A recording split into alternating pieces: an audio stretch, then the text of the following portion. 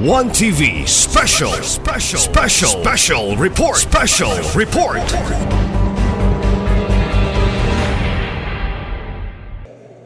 Thank you very much, Madam Chair. With respect to the boundary disputes being manifested by the Honorable Majority Floor Leader, during our meetings with the barangay captains as well as the conflicting barangays, amo yung gi-explain sa ilaha regarding the dispute nga. This has been a very long time issue, and then ang amo amang gi-explain dito nga unsa ka importante nga nung kinahanglantan ay joint affidavit of resolution, which means nga kung naanggi mo insist kay very good example to that kay other conflicting barangays, Madam Chair, dagagmay ramang kayo ang mga resident nga affected, like we have 10, 11, 12, up to 20 ra ka household and affected nga sa boundaries lang bitaw. So we let them decide kung kining mga resident, although nabilong sa particular ka barangay, asa sila gusto magpasakop. Kay naman tay ginatawag nga liberty of abode, nga asa siya nga kuan, pero katulad pong sa mga boundaries nga conflict yung kaayo. So na include na mo sa joint affidavit resolution, gibutang ginamo particularly ang katong mga household ug mga names, mga affected nga mga families, kung asa gini sila gusto para guided si PSA during sa survey, asa gini sila unsa ilang itubag during kung unsa nga barangay sila nabilong. So gi-include to namo sa joint affidavit of resolution. Now kaning yung particular nga barangay, ang Villa Consuelo, San Antonio, it affects more than 1,000 ka household ug families because wala sila idea nga kiniling particular purok size tibuok coastal area nga ni person, wala sila idea nga San Antonio day ni siya. It was in fact taga San Antonio, karon pa pud sila kabalo nga taga San Antonio day na siya. Wala actually, it was only nga pagpakita na mo sa mapa nga natingala sila nga ay San Antonio day na, dili day na siya Villa, pero ang boundaries, ang ilang gituhuan, dugay na kaayon na nilang na butang silang hunahuna, na settled na mga service provider, na mga BHW nga na butang, na sa Villa yun to na-include. Unang amo lang itong gi-include dito para inigpuhon kung naamang ganing tahimuon din nga kita na ang resolve sa boundaries, kabalo na ni mga tawhani nga dili gid sila magpasakop sa Villa, dili sa San Antonio, kay bisag sa San Antonio karon pa po sila kabalo nga ilaha da ito mo nang katulad gid ang nakita na mga problema nga dako kaayo kay include 1,000 kapin biya ang inhabitants ug mga households ang affected.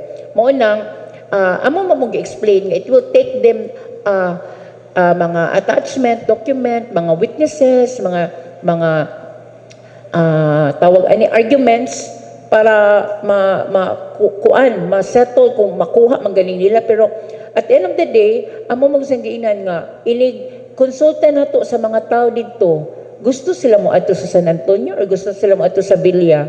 Niingon man gid ang taga San Antonio nga di gina na mo makuha kay di na sila manugot ang mga tao nga namuyo dito. So at the end of the day, kita gyapon ang council nga mo create og quasi-judicial body ang mo decide kung kining particular boundary asa gini siya nabilong, kay nag-conflict naman sila, pero para lang yun nga masettle, ning giveaway na lang sila, ning issue nila sa joint affidavit resolution nga although San Antonio siya, pero ang mga tao ilang tagaag katungod freedom nga maadto sa Villa Consuelo ang particular purok size. And mangutana po ko, Madam Chair, sa itong Majority Floor Leader nga, after they have all gathered katong mga joint affidavit resolution, mga mapa, naamang gito ipagawas ng ordinansa, is it also the same, Madam Chair, kung ang ipagawas nila is joint ordinance, dili na joint affidavit of resolution nga, ang duha ka barangay ang mo come up of kuan ka ng ordinansa, or joint lang gihapon? Or itagsa-tagsa per barangay? Which one? Ordinance? Kaya ang isabit man nila joint affidavit of resolution. I was thinking kung ordinance, so for example, Villa separate. Duha isa ka barangay. May we ask the legal opinion of our Attorney Marcia? Yes, I wish to be enlightened, Madam Chair. Thank you very much. Yes, Honorable Chair, in response, Actually, we are envisioning an era nga what nagi-dispute ang barangay. Muna lang tao, whether karon og ugma pa pohon. Ato nang kita ang what nagi-dispute. Kung karon klaro nga resolution, moingon lang sila nga uyon rami, kanang mga katawan na ingon nga dili man gusto sa santo is only one factor i-consider sa city council. No? It's only one factor. I-consider na ang mapa as na nabilong. Kay kung boundary good, we have to set the actual boundaries kada barangay. No? Kay kung mga tao rapabuton, o man sa kadlong si balaod. O man sa kadlong ordansa. They even do not know the locating their barangay. So, we are trying to envision a future nga wala boundary dispute. Baya sa look at di malunaan pulot. This involves more than 200 people, usa ka purok nga involved. Na gusto mo na nga mailagid ang mga tao. Nga mga tao di ang di nila pulot ng papelin. Muta okay lang sila. Ya mahangin ra pud ang kapitan sa mo na kay ato man kauban. So mo na sitwasyon. Pero the dispute is still there. What beneficial mausab na ang kapitan sa di na ug kapitan sa pulot. Unya lain na pud ang namunuan city council. Lain ang mga konsyal. Nagya po yung boundary dispute. Nagya po, di ba? Do you get me? So, we are trying to envision a future na wala boundary dispute. Ang barangays, ma-define ang boundaries. Karon kung ma-define ang boundaries, may mga tao nga diligimis sa pulot, we'll have to solve it. No? Sa pasulbad. Pero is the feeling of the executive department, our mayor nga, atong respetohon ang wishes sa katawa nga sila may hintungdan. But the dispute is still there. Di ba? So, kung na-ordinansa nga, malipay ng dispute, wala nagi puhon. Wala nagi dispute puhon. So, kung karoon kay kauban man tanan, we are one team in asinso, muna dali lang magsinabot. Paingon nga, isito na yung problema, isito na namin. Look, the problem does not end there. Problem persists until the future. So, I think we'll have to study this further whether, because this long shot, this strategic plan nga, usulbag yung mga dispute, kanang atong solution karon is only tactical, meaning temporary na tactical solution is not a strategic solution nga panglahutay gid ba, pangkahanturan gid ba. So it's only tactical, not strategic. So in the meantime, I told this to the Usbade puhon how to really come with this, you know, nga natay social boundaries but nga pangkahanturan gid. No, okay. As I said, kung di nakita ang City Council, lahi na kay di bita permanenteng konsyal, di bita permanenteng best mayor. Lahi na po kapitan, lahi na po sa pulot o sa na o sa embargo o sa labo, nalagya po dispute. Why? There is no ordinance defining the boundary of barangays. Do you get me? So, we have to think further on this. As of now, we can think that there is no longer a boundary dispute. But in the future, there is. And I could hope only that we can solve that during our term as members of this body. Thank you very much, Honorable Chair. Okay, thank you, Honorable Majority Floor Leader of your manifestation. I believe that we have entrusted Honorable Suizo to please and the chairperson of the Committee on Barangay Affairs, Honorable Moraleon, to please do something with this. You have now commissioned that we have to settle this as soon as possible. Kung mahimo, of course, with the help of Honorable Suizo. At tabangan ng yun ni ang problema ha kay I think how many barangays had been affected? 14 barangays. 14 barangays is no joke. Kinanglan that we have to settle this the soonest possible time. Hapit na pong barangay election. No, as much as possible. Honorable Sir, kung sila makinabot yun, no? Nga, wala nag-ilisip po, ang barangay mahimo ordinance, ilang ibutang nga, example, kaning mapa sa DNR, muna na ordinance, magpaloon sa barangay, pero karon in the meantime, ang tanan na mo yung aling napita, status ko, no? Ang uban nga mga kaming residents, mo resolve sa barangay nga nasa ordinance, nabilon siya. Yan na ba? So na yung solusyon. Diba? Karon, mayingon ta nga, mayingon ang duha ka barangay, our ordinance will be in accordance with the skis plan sa DNR o sa Assess Office. Ordinance na, settled na. But, butang yung ordinance nga, in the meantime, ang kanyang mga tao nga, napuyode, ang ilang sa PSA, ibilong ito sa barangay so-and-so. No? Pero in the future, itong bagong mamayo, dili sa barangay, asa sila nabutang sa per ordinance sa ilang boundary. Ano ba? So na yung solusyon. Kung ingon na sila, sito na mong boundary karon, okay lang wala yung solusyon. Uy, klaro. That's only momentary. It is temporal. No? It's not forever. It's eternal. Honorable Chair, thank you very much. Okay, thank you, thank you, Honorable Majority Floor Leader. Is there any remarks from Barangay Affairs? Honorable Moralion, please. Thank you, Madam Chair.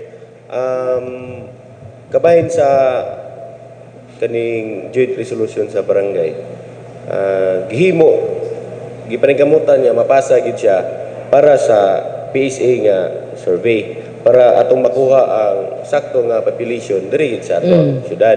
So, mohangyo lang ko gamay siguro, kabahin sa ilahan na pong barangay nga si tawag ganing ordinance. Pwede og unya na lang po kahuman sa ato ang survey sa PSA aron nga dili lang pud kaayo murag magkagubot na pod gamay sa mga tao. May I respond, Honorable Chair? I am a member of the Committee-Based Monitoring Committee created by the LGO last month. No, the mayor is the chairman, the co-chairman is the PSA. And this committee passed a resolution requiring the City Council to settle the disputes and also the Paligan to settle the disputes between Clarin and Osamis and Tagum City and Osan City. So, in the meantime, pwede na ang hangyo sa Honorable Moralion. In the meantime, for survey purposes, okay, ang survey deadline ko December. So, kaning tactical solution karon, okay yan For the purpose lang sa survey na sa PSA. So, wala makuhaan ng barangay. Kay status ko man, sito naman. So, wala mga tao nga dili makredit. Tanang tao sa barangay makredit good.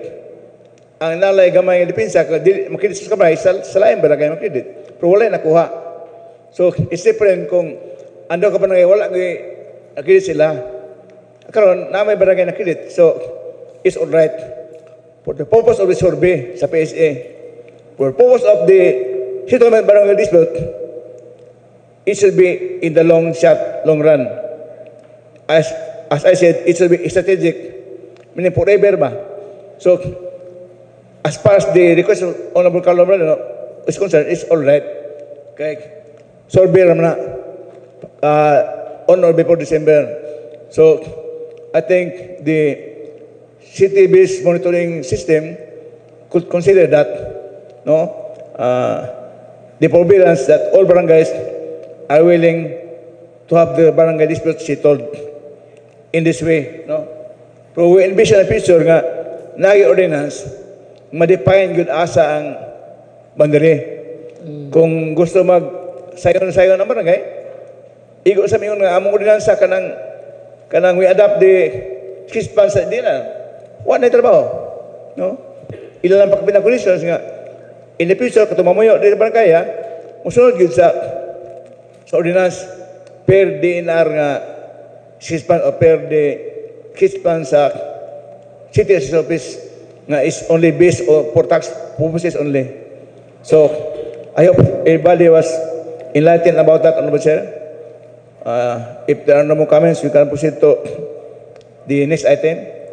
Okay, before we proceed to the next item, Honorable Suiso, you have the floor. Yes, Madam Chair. Rest assured that together with Sir Nanding, we will already make the draft ordinances for each barangay. And we Okay. will also particularly delineate including Delineation. also the barangay maps. And with that, we could help the barangay be guided on what are the necessary ordinances to Pass. enact, Madam Chair. Okay. Thank you very much. Thank you. So we will be expecting next week, Pohon, no, for your updated result. For any What is important on developments. that, Honorable Chair, nga mo yung data ng barangay. Nga they will have a barangay assembly nga pibaon mga tao nga mo na atong settlement. No. Primahan sa duha kapitan, duha ka barangay council ang ordinance. Nga atong gihimo kay mayon nila nga kita-kita na himo ordinance na gipapirma lang ta ka barangay is not big. It will come the barangay nga we will only assess the barangays nga naay ordinance. Okay. Okay. With the manifestation of the majority floor leader, the committee will also try to consider that, Honorable Suiso, no? Okay, and Honorable Moraleon, our Barangay Affairs Committee Chair. So, you have heard the manifestation of Honorable Majority Floor Leader. Please do consider that. Then we will be expecting next session for any result. Thank you, Honorable Chairman. Thank you, Honorable Chair.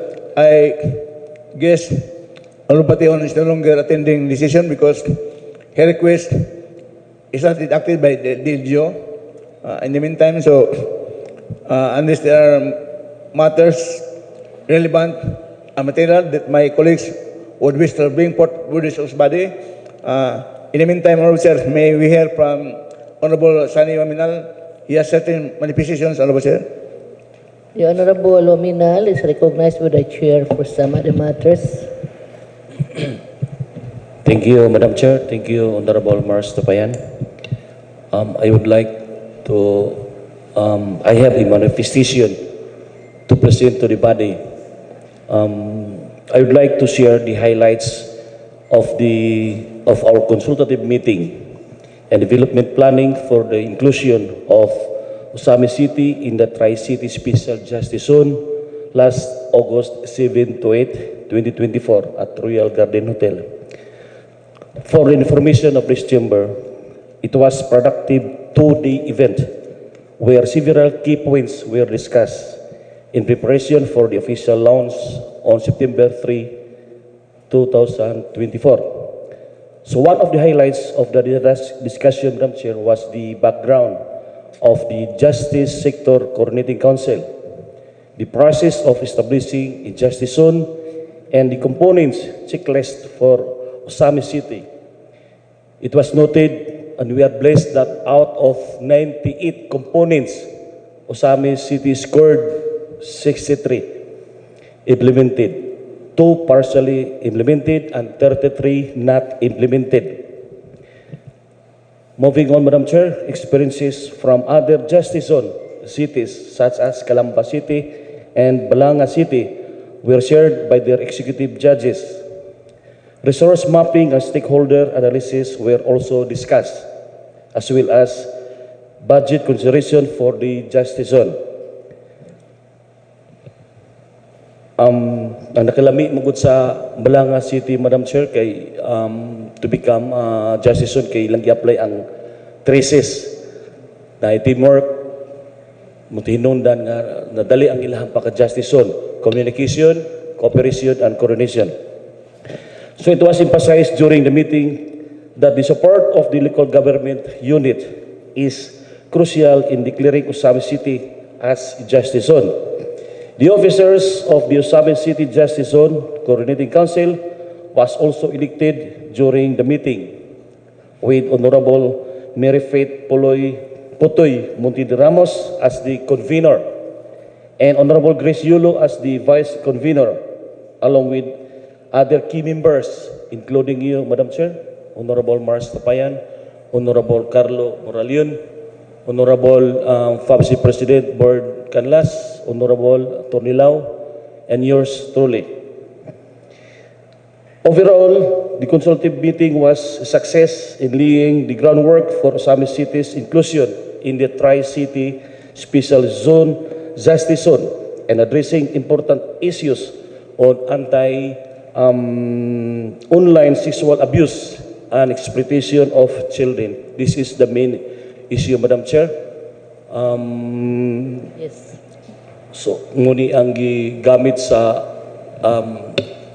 Balangaan, Calamba City, nga nahimo silang na-minimize nila ang maong issue tungod sa communication, coordination, and cooperation. So these three elements, important elements to become a justice zone, importante gining tulo ka si Madam Chair. Communication, The cooperation, thesis. and coordination. Thank you very much, Madam Chair. Yes, the thesis is very important, the communication, cooperation, and coordination. Yeah, thank you for your...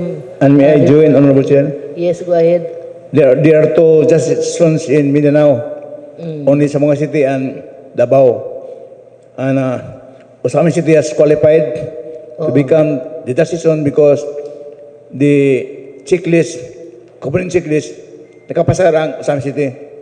Out of about 80, murag 60 ang atong napasaran. Osamis. Munang consider ta nga mahimong justice zone together with Cagayan de Oro and Iligan. So Tri-City, simultaneous ang seminar, ang workshop last week, 2 days workshop, simultaneous sa Cagayan de Oro, Iligan o Osamis, Dungan. The launching will be on September 3, Tuesday. No? September 3. Oh. In the afternoon. Anyway, our session will be in the morning, kay, in the Monday man, kay first Monday man. September 2 atong session. No? So, wala tayo session sa September 3. Our real session is September 2, Monday. September 2. First Monday of the month. First Monday. So, the launching will be on September 3, Tuesday. September 3. Dungan po sa Cagayan de Oro, Iligan o Osamis. Simultaneous. Oh. So the LGU is forced to have their full support moong launching sa justice zone because members of the Sucos Valley are members of the council, justice zone council sa atong Ciudad Osamis as being revealed by Honorable Sanyo Aminal. So we support the council and the launching will be on September 3. So thank you very much, Honorable Chair. Thank you for your manifestation, Honorable Majority Floor Leader. So we look Madam- forward on September 3, that would be the launching of our zone. Madam Chair, Yes. Yes, Honorable Cypress.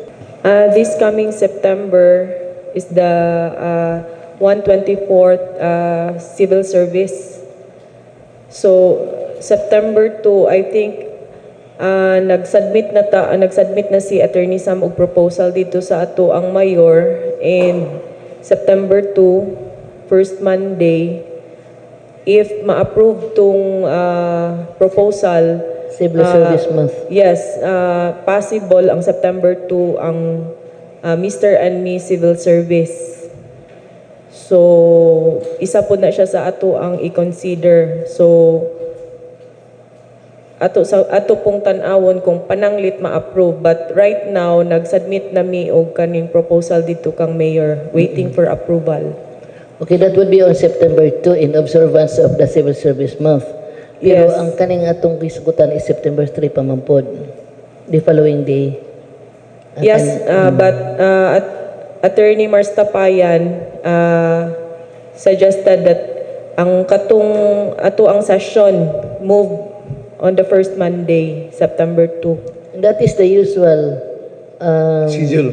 schedule Schedule. na to. That is the usual schedule na to. Every first Monday after the flag ceremony, we have Okay. we have to conduct our session. So siguro, Madam Chair, ma-delayed lang tingali atong session ana kay possible na pamantay Mr. and Ms. Civil Service if approved. Anyway, it's very easy for us to adjust because we have been doing that in the past, no? nga ato siya madilid, mahimong hapon, usay gani may sunod adlaw, is that really a problem? Honorable Chair. Okay, noted. Any other matters to be discussed? Yes, Honorable Chair, I yield to my honorable colleagues for any relevant and valuable and material information that they may wish to share with us, Honorable Chair. Before I proceed to item number 15, I guess the silence of the day means there are no more. And with the items that my colleagues would bring forward with us, and I am now inclined to proceed with my most